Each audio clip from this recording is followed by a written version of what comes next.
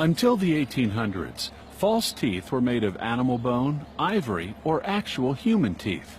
The human teeth came from poor people who sold their teeth and from dead bodies. Today's dentures are usually ceramic.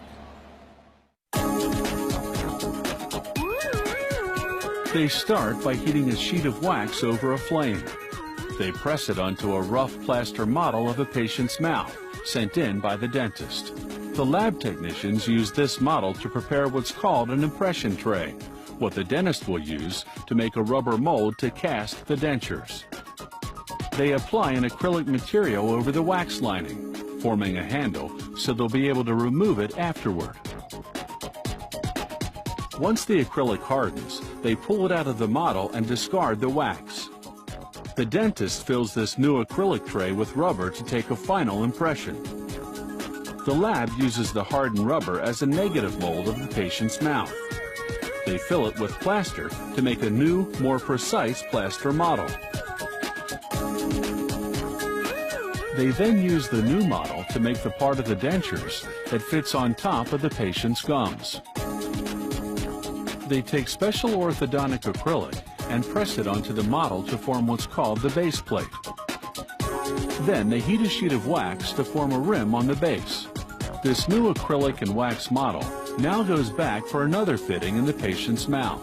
The dentist takes a series of measurements to show the lab exactly where to place the teeth.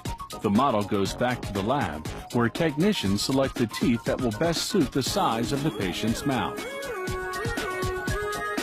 They install the teeth one by one in the model's wax rim. Then they send the model back to the dentist for final fitting. The dentist checks that everything is centered and the patient's bite is properly aligned.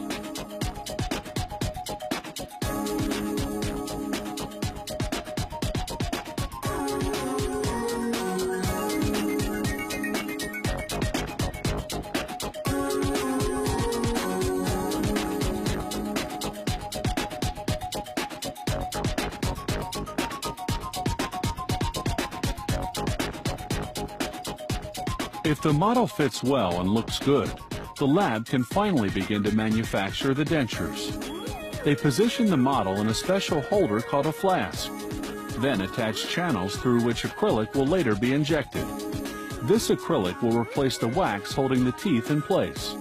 But first, to get rid of the wax, they have to cast a plaster mold to hold the teeth in place.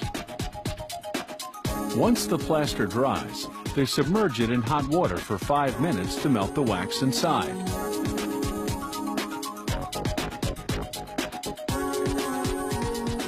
They rinse the plaster mold with warm water to remove any wax residues. Then they apply what's called a separator, a chemical that will keep the acrylic from sticking to the plaster mold, just like greasing the pan when you're baking.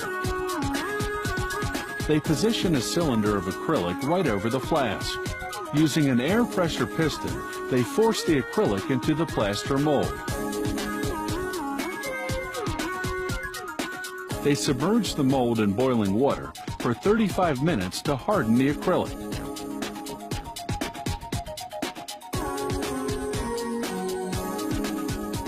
Once the flask has cooled down, they break the plaster. The false teeth are now securely rooted in acrylic gums. A bit of finishing, and they'll be done.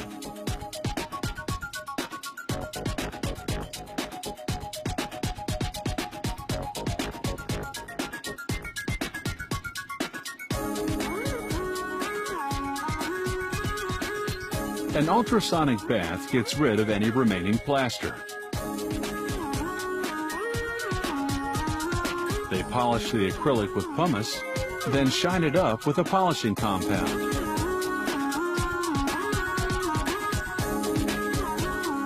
The set of false teeth is finally ready. When a patient doesn't need a full set of dentures, but just a few teeth, they get what's called a partial, made much the same way, but hooked on at either end to the patient's natural teeth.